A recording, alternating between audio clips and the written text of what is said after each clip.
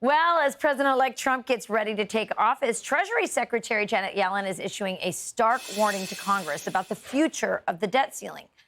This is what she says. She says, Treasury currently expects to reach the new limit between January 14th and January 23rd, at which time it will be necessary for Treasury to start taking extraordinary measures. I respectfully urge Congress to act to protect the full faith and credit of the United States. Here with more on this and what this means for you and your wallet, Fox News contributor and former Congressman Jason Chaffetz. So what are these measures that Janet Yellen is talking about when she says things are getting really bad?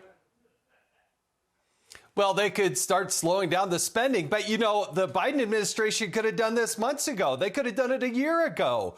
They didn't take care of business when they were supposed to. They've been accelerating the spending.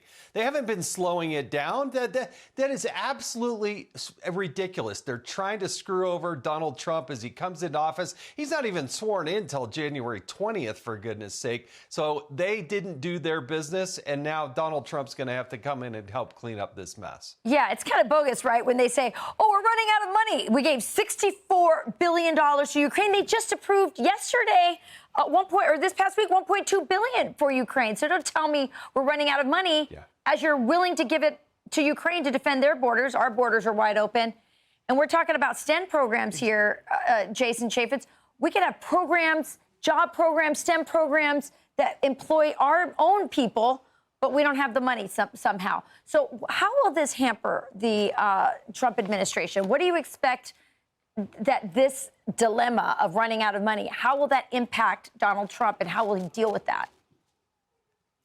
Well, it kind of gets into the weeds. It's sort of insider baseball, but it has to do with how they score tax cuts. So remember, when we had the first round of Trump tax cuts, everybody up and down the economic scale got tax cuts, right?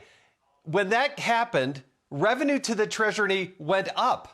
But when you look at how they score it within Congress, the Congressional Budget Office and whatnot, when they look at that, they say, oh, tax cuts, that's missed revenue. It's not. That's what accelerates the economy. That's what drives revenue to the Treasury. So that's what we have to look at. And so in order for Donald Trump to use the reconciliation package with Congress to actually implement things that are going to be stimulative to the economy and help drive down inflation, you've got to do two things. Put the tax cut in place, cut the spending, but the scoring slows you down. And that's what Donald Trump's going to have to tackle right out of the chutes.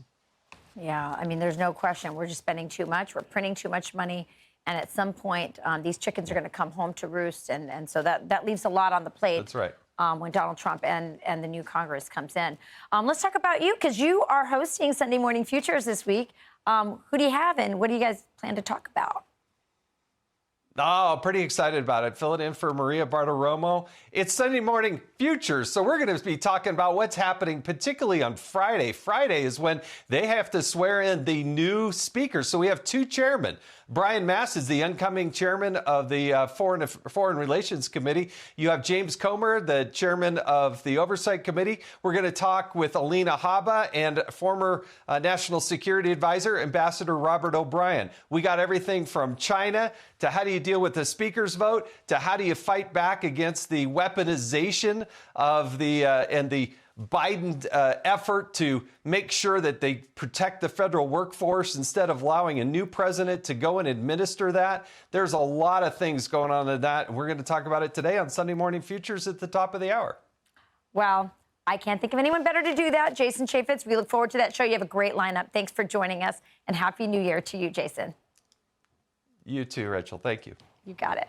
I'm Steve Doocy. I'm Brian Kilmeade. And I'm Ainsley Earhart. And click here to subscribe to the Fox News YouTube page to catch our hottest interviews and most compelling analysis.